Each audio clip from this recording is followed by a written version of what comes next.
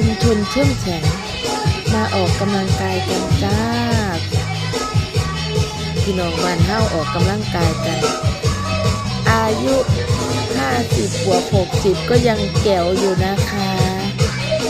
นี่ดูเพิ่งหน้าตา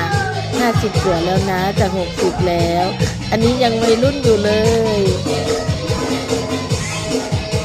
การที่เราออกมาเต้นออกกำลังกายกันก็เป็นอีกอย่างหนึ่งเป็นกิจกรรมอีกอย่างหนึ่งของคนในชุมชนรักและสามัคคีกันร่างกายแข็งแรง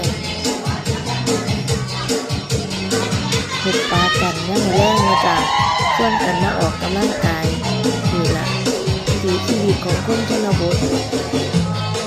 กินเขาก็เอิ้นกันกินแล้วมีความสุขอะออกมาเต้นกันธรรมดาเนาะเล่นกันไปตามภาษาคนมันนอกเฮาเบิ่งหาเต้นก็เป็นทางง่ายๆบ่ได้รู้บ่ได้ลาจัดเต้นกันขึ้นมาเองยืดแขนยืดขาสุขภาพดีทั่วหน้าจ้า